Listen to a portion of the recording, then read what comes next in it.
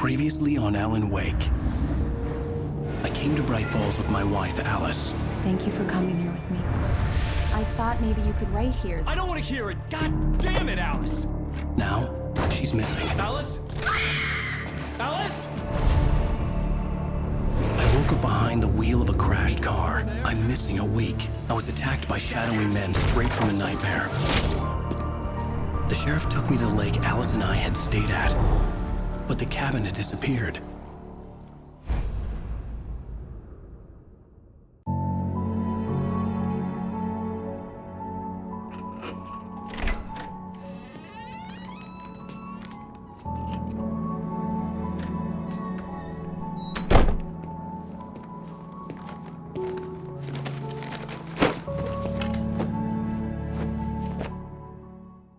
Honey, I'm home. Back here, sweetie. How was it? Worst weather I've ever seen. You should put some coffee on. It'll warm you up. Hey, handsome. This is gonna be a long night, but these shots are turning out great. I guess you're gonna need that coffee then. I'll go put it on.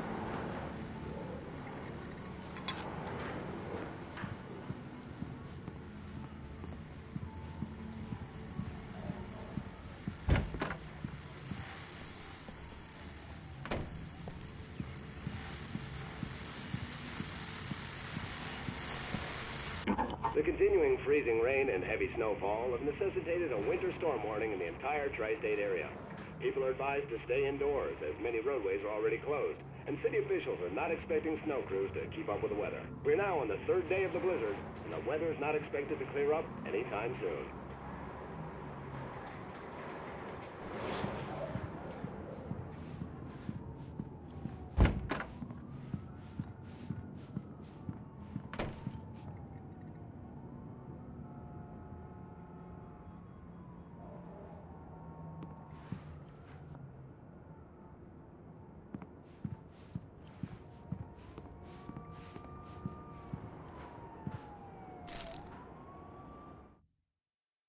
It's true what they say about the fall and the sudden stop at the end.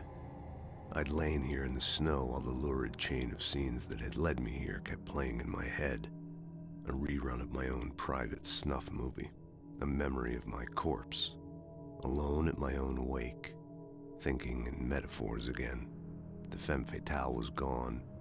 Only a sour taste remained of the kiss that killed me.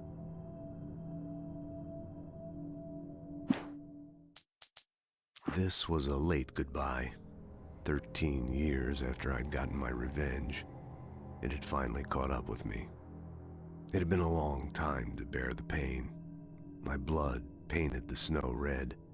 A gruesome slushy dissolved all the scattered painkillers and leisurely dripped down to the sewer, mingling with the bile of the city, becoming one with it.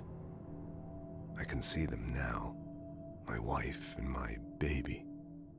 Honey, I'm home.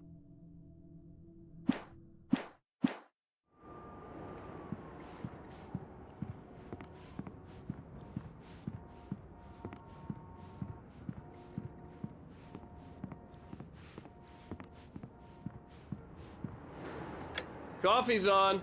Great, thanks. I'll need it if I'm gonna finish this by tomorrow.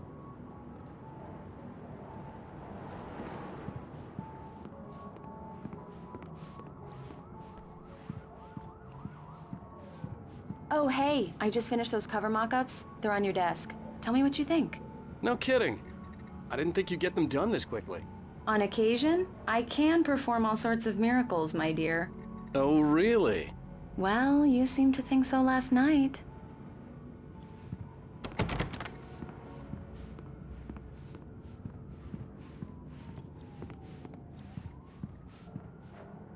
These look really good.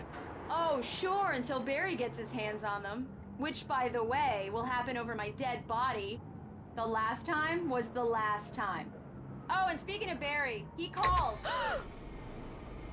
Alan! Alan, please check the fuse box. I'm right here. I'm on it, honey. Please hurry.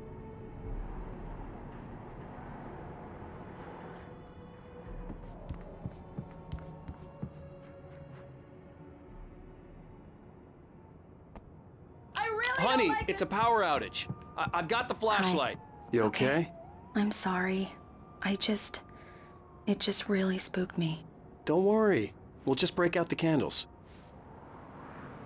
I know it's stupid, but it's just... Especially when I'm not prepared for it, you know? It gets to me. I love you. Tell me a story, writer. Okay. I used to have these nightmares when I was a kid. The dark really spooked me, too. When it got really bad, my mom gave me this old light switch. She called it the clicker. The clicker, huh? Yeah.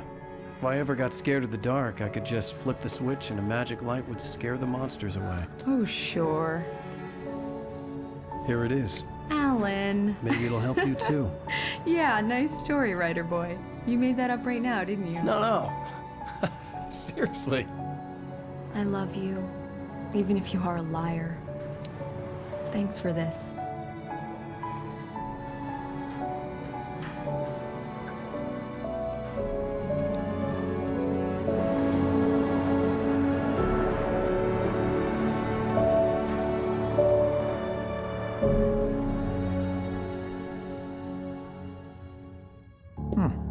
How do you feel, Mr. Wake?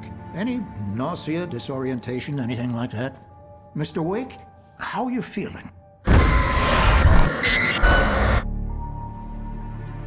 I'm okay. My head's fine. I had to lie about my headache and memory loss. He'd send me to a hospital for tests. I couldn't leave without Alice. Very well. I don't think you have a concussion, but you've obviously been through quite a shock. You should take it easy for a couple of days. Thanks. Well then, Mr. Wake, we're done here. If the pain gets any worse or you experience any other symptoms, you should come see me. I'll let you get on with it then. Sarah, Sheriff Breaker, is waiting for you. She's very good at her job. I'm sure she can locate your wife in no time. Doc Nelson was the image of a small-town doctor. Sheriff Breaker had called him to the station to take a look at the cut in my head. I'm sorry you had to cut your morning fishing short for this, Doc. Oh, she's a beauty, ain't she? Not the biggest I ever caught, if you can believe that coming from an old fisherman like me, but she's right up there. Now, she's a largemouth bass, which is what you're after if you prefer a lure. Now, if you want either trout or salmon, on the other hand, then it's fly fishing for you. You a fishing man, Mr. Wake? Oh, doesn't really matter, I suppose. But it can be very relaxing out there. You can't get me off the water this time of year. Closest thing to heaven. I'll take your word for it, Doc.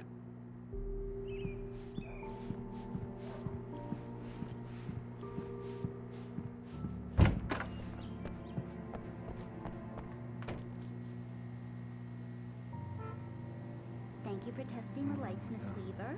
Everything seems to be fine. I don't have the luxury of being complacent, Deputy Grant. The bulbs will need changing soon. You can't change them in the dark. I'll be sure to take care of it, Miss Weaver. Have a nice day now. Very good. I'll come back later on to remind you, just in case. Mr. Wake, the sheriff is waiting for you in her office down the corridor.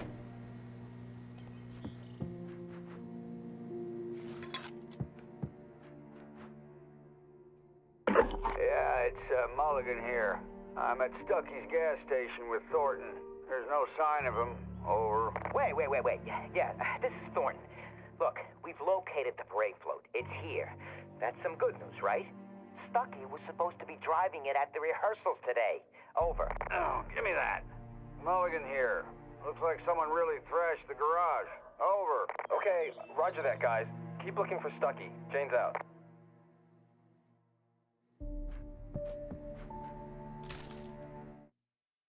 Alice looked through the viewfinder, lining up the shot. Cauldron Lake was breathtaking. Something caught her eye. A figure standing in the shadows behind the cabin, like a thin woman in a black dress. She lowered the camera and looked again. No one there. Just a collection of bushes that looked vaguely human-shaped. She shook her head and laughed.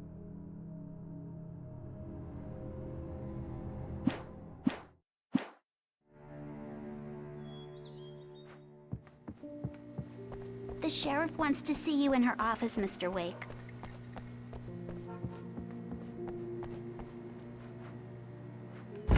Come in, Mr. Wake. Your phone's on the desk. The battery was dead. It's charged now.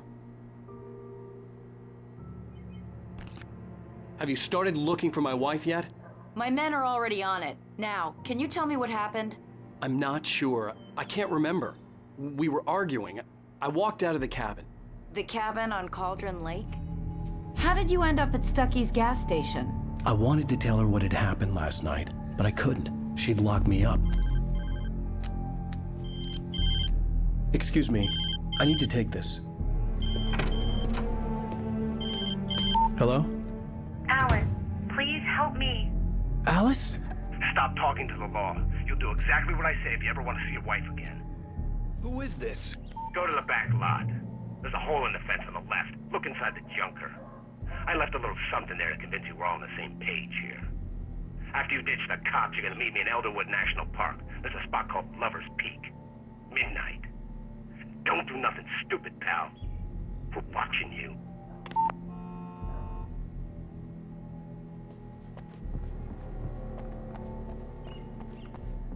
Mr. Wake, can I help you with anything? I need to get some air. The sheriff said I could go out back. Of course, Mr. Wake. You can get there through the cell corridor. Just don't mind Walter in there. He's one of our regulars. I thought he quit drinking for good. Oh, no such luck. He went on a bender and beat Danny pretty badly. He started shouting like that the moment he woke up. You can get to the back lot through that door and down the corridor, Hey, Mr. can you Wake. turn the lights on? The deputies, they don't understand. They won't listen to me. I need it to be bright in here. Thank you, man, thank you. Hey, you're all right. You're a good guy. Don't let anybody tell you different. You know, I shouldn't even be in here. The cops, they got it all wrong. See, sure, I beat him up, but I wasn't drunk. I mean, I wasn't drunk at the time. I only got drunk afterward. Okay, listen, you gotta listen carefully now. Here's the kicker. That wasn't Danny. No, sir. It only looked like him. You wanna know who it really was? I'll tell you who it really was. It was a goddamn space alien! I know it sounds like something that a drunk would say, but believe me, I wasn't drunk then.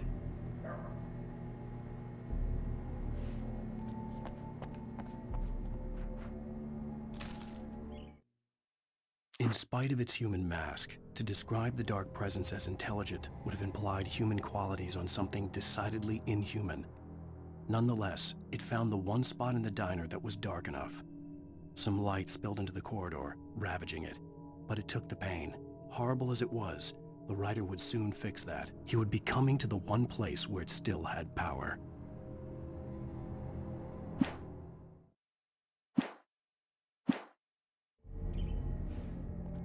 I told him I was. The early morning light hurt my eyes and made my head ache. The man on the phone had said, "Go through the fence on the left."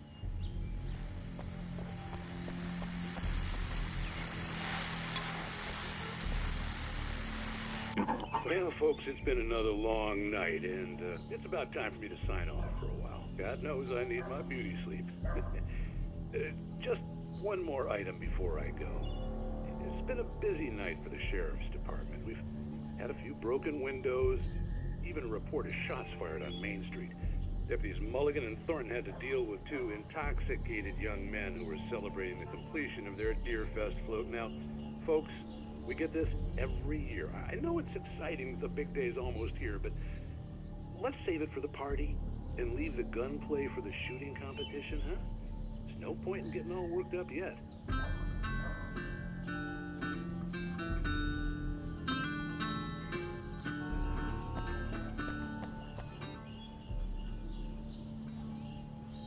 The caller had told me to find a hole in the fence behind the police station.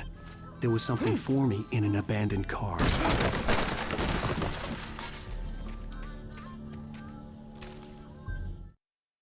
The kidnapper fired his gun one last time, and the shadow vanished into the darkness it had come from. See? Nothing to it, Wake. The thought of Alice in his hands was revolting. We stood on the wooden platform of Lover's Peak, the waterfall and the mountain behind us, the lights of the radio mast blinking red in the heights above. I fought with the urge to take a swing, force myself to speak. Let's cut the act now. Where's my wife?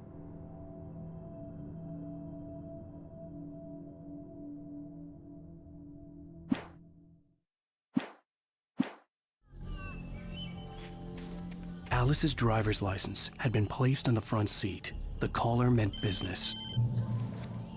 Barry? Ow! Ow! Thank God! Where the hell have you been? I've been trying to reach you for a week, you and Alice. Oh, I've been worried sick. I flew out yesterday. I'm here in Bright Falls. Barry, listen to me. I'm at the sheriff's station. Come and get me. I can't talk now. Al, what the hell is going on? I had to get the sheriff to let me go. I needed to get to Elderwood National Park to meet Alice's kidnappers.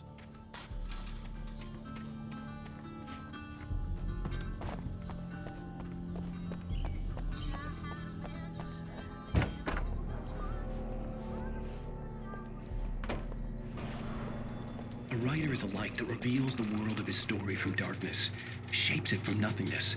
The way a sculptor carves a statue from a block of granite. If I stop, the world I'm making dies. Darkness will reclaim it. It's a long, hard journey into the dark. Alice's life is at stake, but I can't think about that, or I'll lose it. The dread lingers at the edge of perception. I'll push on. Anything is possible here. I'll write the story. I'll save her.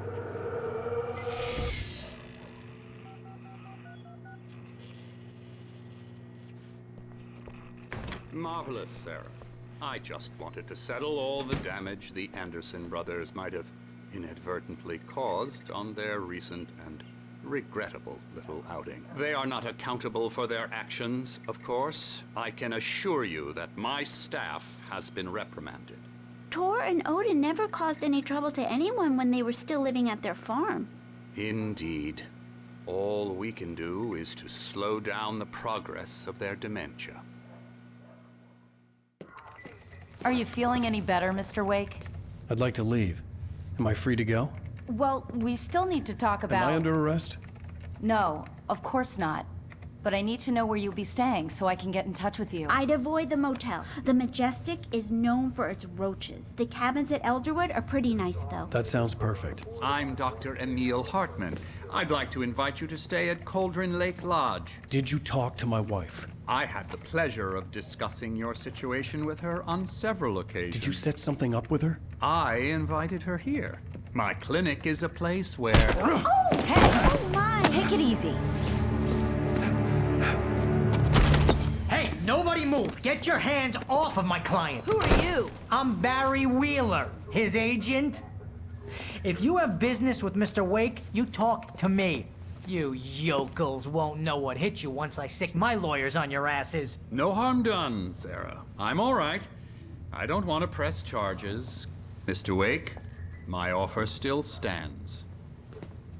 Get me out of here.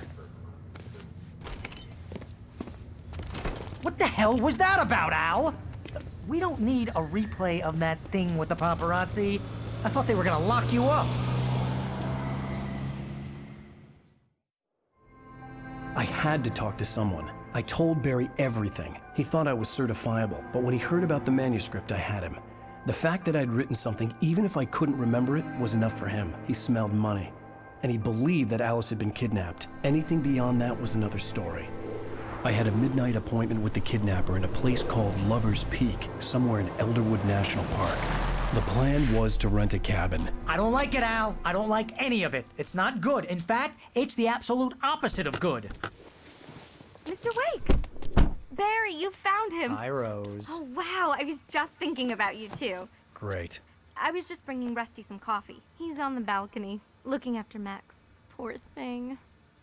I really need to go. Great to see you again, Mr. Wake. Later! Who's Max? What an airhead. Jeez, Mr. Takes a swing at everybody.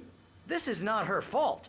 She's a very nice girl and, more importantly, a fan.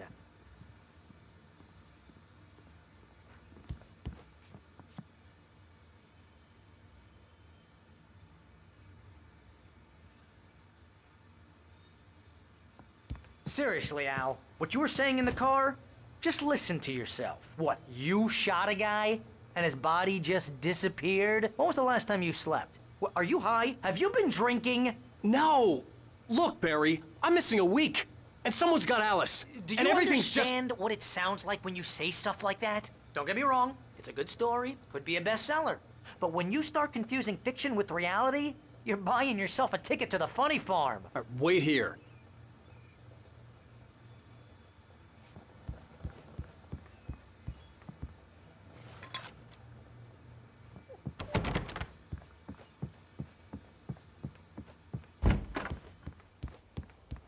Easy there, boy. I'm almost done. Hey, Rusty, right? You rent cabins. Oh, Mr. Wake. I'd shake your hand, but mine are kind of full here. Actually, I'm sorry about this. Would you mind grabbing the registration form from the desk? It's just across from Bucktooth Charlie. Okay, sure. What happened? Crazy poachers. Max here got his foot caught in a trap. They're illegal to use here. Hell, you're not supposed to hunt within the park at all. But that doesn't stop some lowlifes. Well, at least Max is gonna be okay. He got lucky. Max is still groggy from the shot I gave him, and I'd rather not leave him alone just yet. The form's on the desk across from the mammoth skeleton.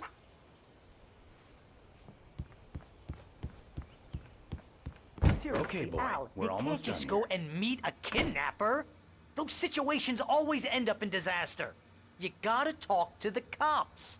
She's my wife, and it's my call. Can we talk about this later? No. This whole thing... Listen, you hit your head. I mean, geez, Al, come on. You gotta understand how crazy all this sounds. If you're trying to pull a joke on me, freak me out, it's working. Ha ha, let's have a laugh on Barry. Well, you had me going there real funny, Al. You can quit it now.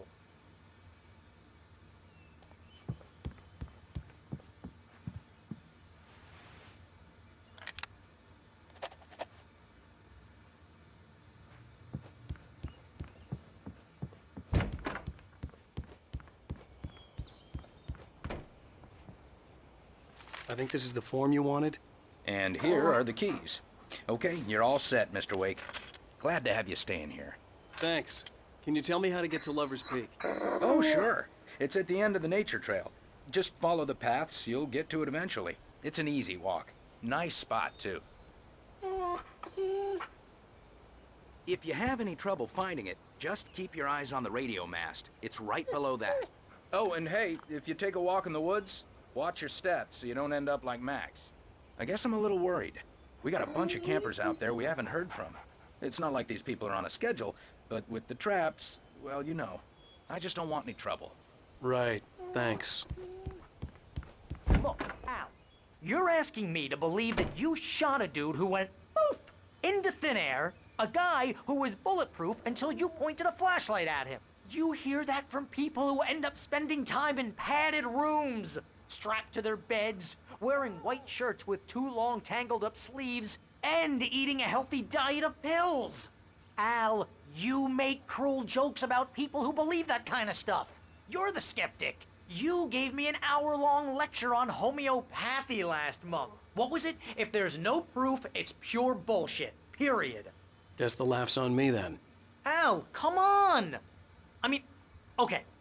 Okay, maybe something weird happened to you, okay? Well, thanks for the heartfelt vote of confidence. All I'm saying is you gotta throw me a bone here, bestseller. What would you think if it was me? There's no way you should be going out at midnight with a gun. No one asked you to come here, Barry. Either work with me on this or go straight back to New York. Your choice.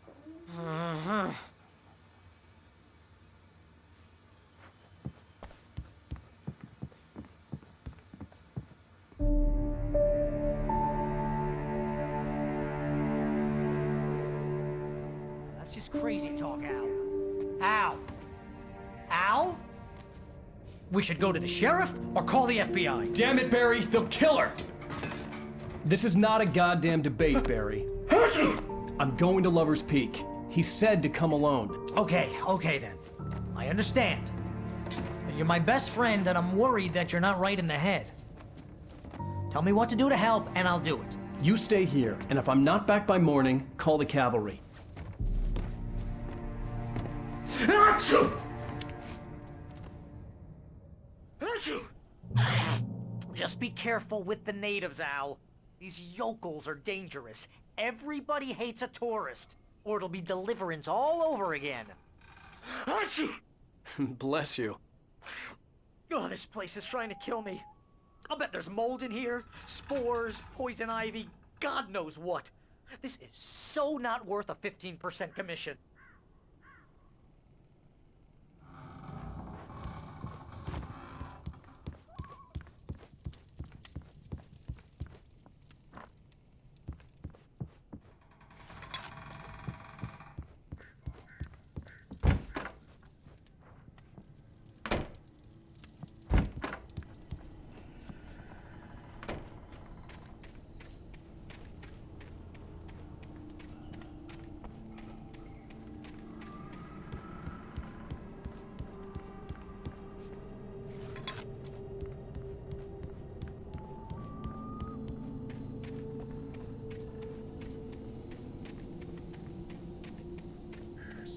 I'll wait here, Al. I'll hold down the fort. I'll be with you in spirit every step of the way, Al. Locking the door now.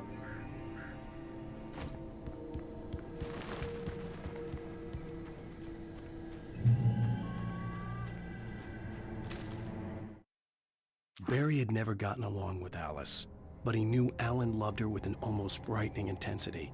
And now something had happened to Alice. And here was Al armed with a gun and saying things people got put in padded cells for. It was as if his friend had experienced a massive psychotic episode and was now totally disconnected from reality. It scared the shit out of Barry.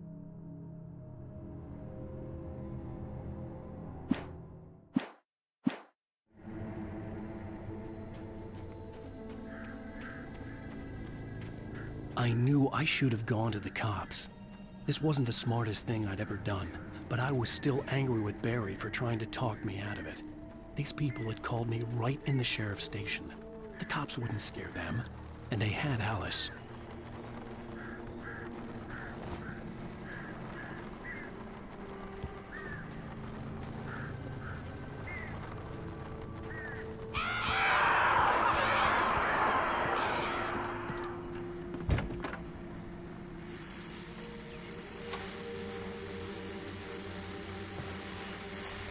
Welcome back to the show, folks. As promised, our very own Dr. Nelson has just parked his rear end in the studio. Doc, what's your Deerfest plan like? My plan? You make it sound a lot more organized than I ever seem to manage.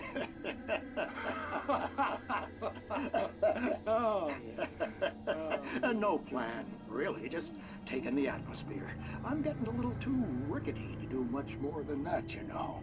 Oh, tell me about it. No sack race for us older gentlemen, huh? Yes, exactly, Bat. But I'm going to check out the parade, of course. And I'll be one of the pie contest judges, too. Well, that takes a different kind of constitution. Oh, yeah. It's my kind of exercise.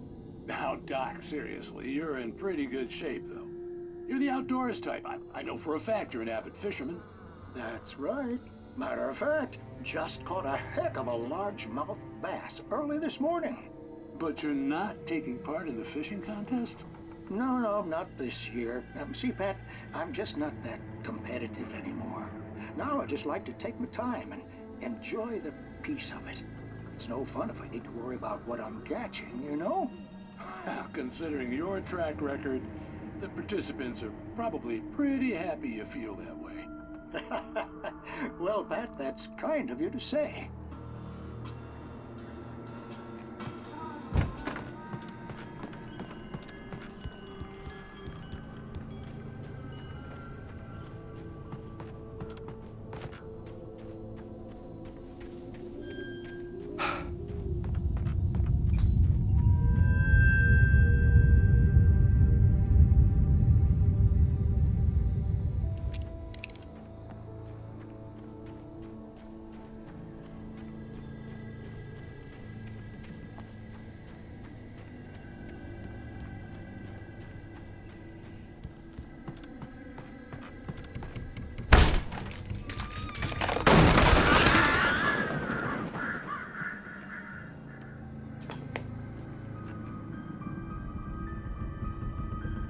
Crime and punishment. The cancer and cure of civilization. But some crimes are impossible to punish, especially in Night Springs. Tonight's episode, The Man in the Mirror.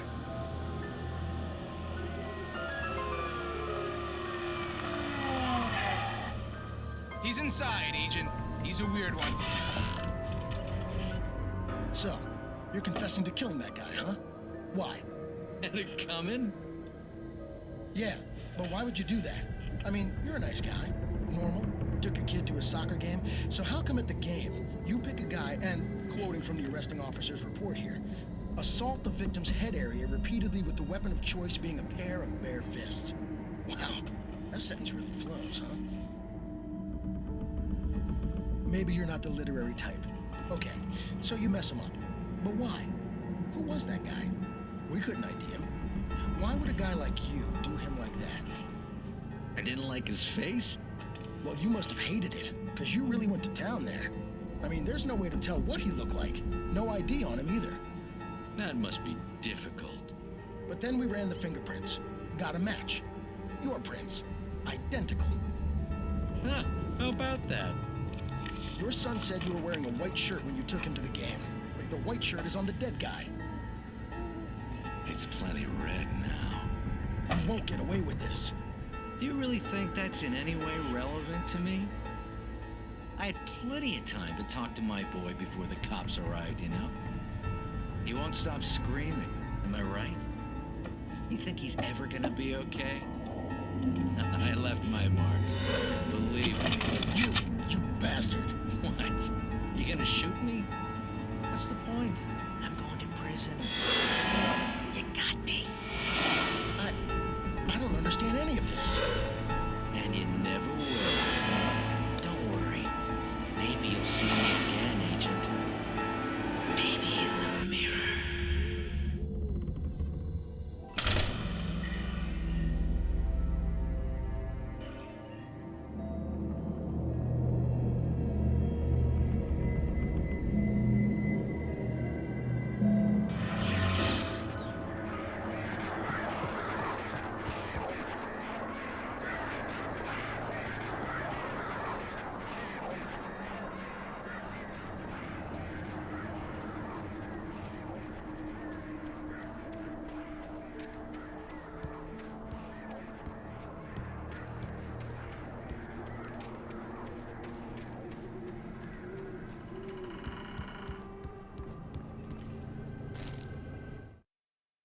Rose knew that Rusty was in love with her, and she liked him too. She liked him a lot. He taught her to dance, and life had certainly taught her the value of a man who was gentle. He treated her well, made her smile, made her feel good. But Rusty wasn't the prince of her dreams, and that tended to underline the unbearable truth. She was no closer to that Hollywood magic than he was.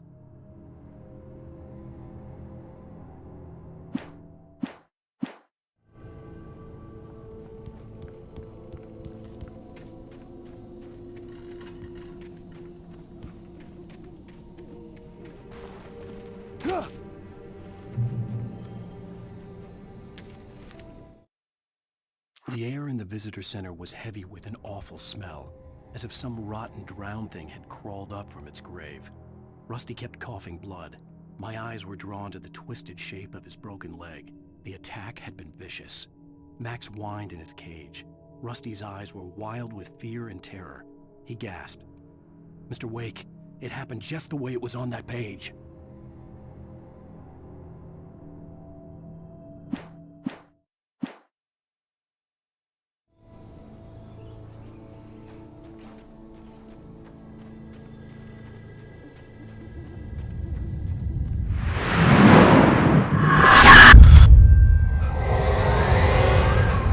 Vision left me weak.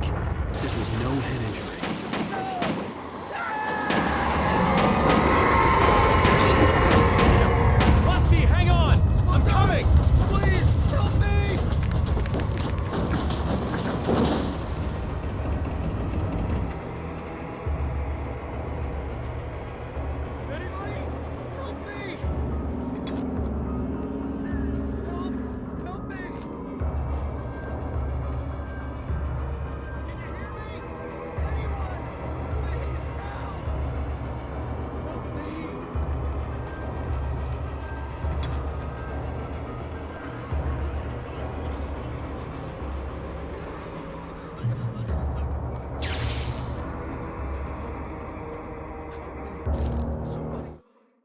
The visitor center was sturdy, but the impact turned the front of the building into splinters.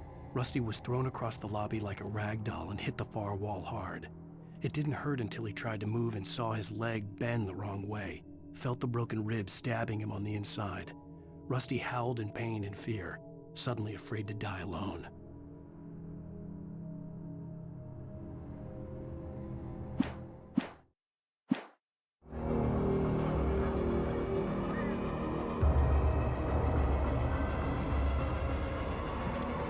Hello? Back here. I'm back here. Hey. Mr. Wake? Oh, hell. It happened just the way it was on that page. I found. Came true. It knew. So dark. It'll come back for me. You must... The lights. In the office. I have the key. Okay, Rusty. Hang on. I'll be right back. Whatever did this couldn't be far. Rusty had found a page from the manuscript. It would help me understand what had happened. Shh. Good boy.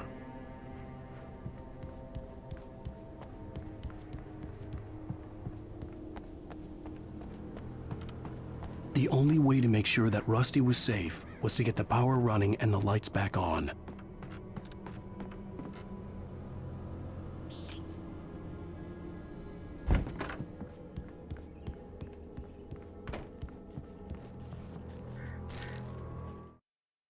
At the last instant, I changed direction and threw myself down. The axe splintered the trunk of a tree. I stumbled into the pool of bright light. My lungs burned. I was too exhausted to move. I tensed as I waited for the killing blow, but it never came. I raised my head. Nothing moved in the darkness beyond. For the moment, bathed in the cold light, I was safe.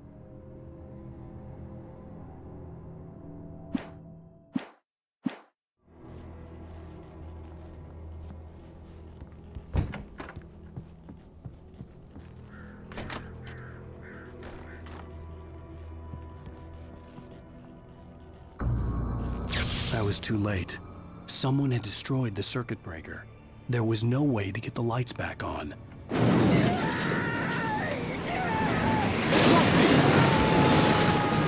Rusty!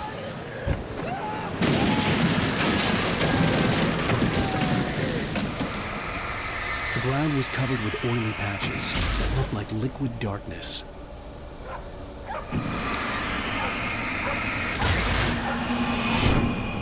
I just need hunting licenses.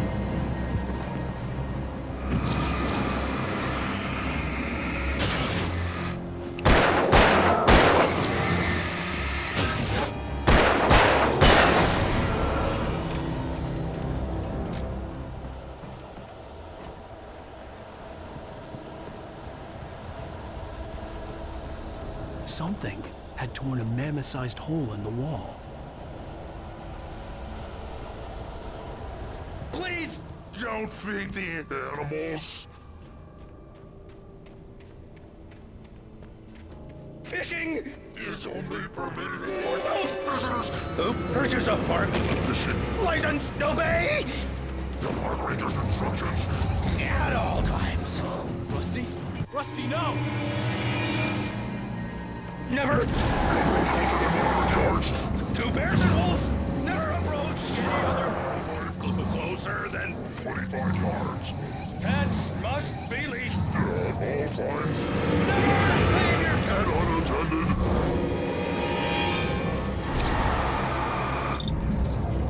It is to remove any natural objects or historical artifacts from the park.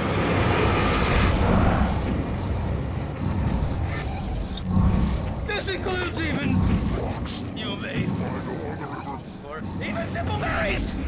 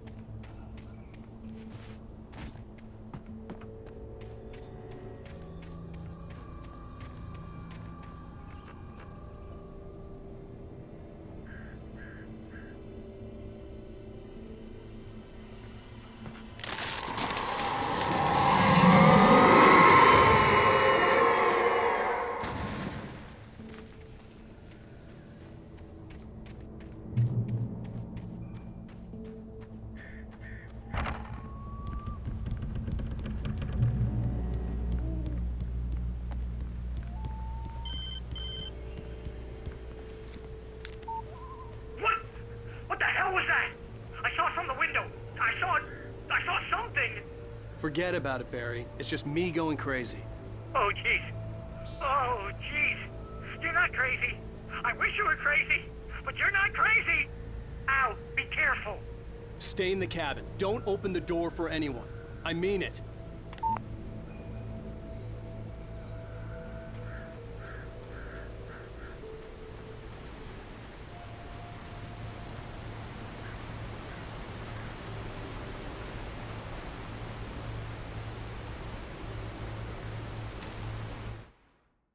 In that last instant of consciousness, Rusty thought about Rose. He was older than she was. Rose was barely out of her teens, but she made him feel young and forget what a train wreck his long-dead marriage had been. He still wore the ring. He'd been waiting for her to tell him to take it off. Now she never would.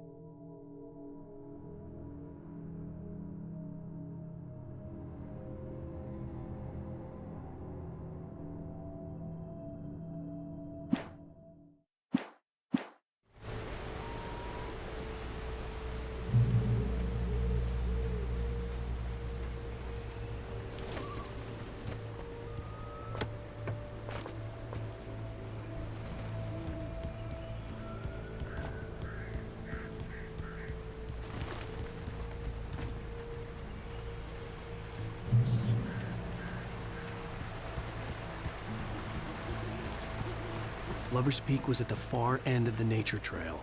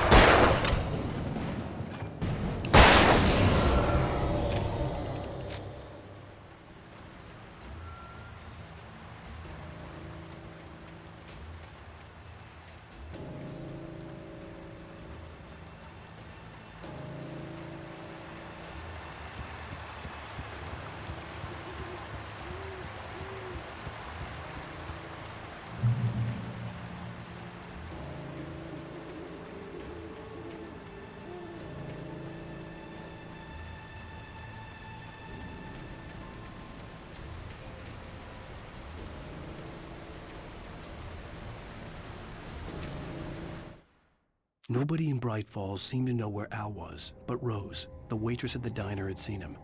From what Barry could tell, Al pretty much fell off the face of the earth when he left the diner. Rose was just the kind of fan that Al hated, but she really tried to help. She was smart too, knew a lot about what was going on in the town, knew a lot about Al, even knew who Barry was. Barry liked her. That was no big surprise. When it came to women, Barry and Al rarely saw eye to eye.